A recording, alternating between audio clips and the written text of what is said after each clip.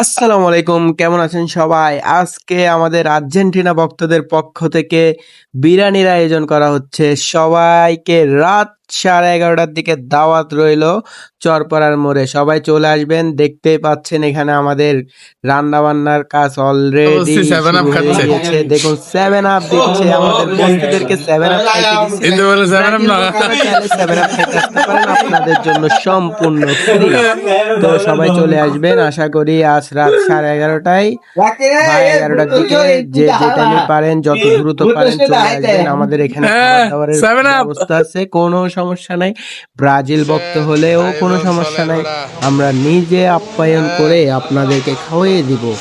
তো সবাই চলে আসবেন আমাদের এখানে চরপাড়া পতেঙ্গা লিটন ভাইয়ের দোকানের সামনে এই আয়োজনটা করা হবে। তো সবাই চলে আসবেন 11টার দিকে। চলুন আমাদের রান্না বান্নাগুলো দেখে নিই। রান্নার কাজ শুরু মমিন বস্তি। এদিকে আসে বছর বস্তি অবসর নিছে, মমিন বস্তিরে কাজ বুঝাই দিছে।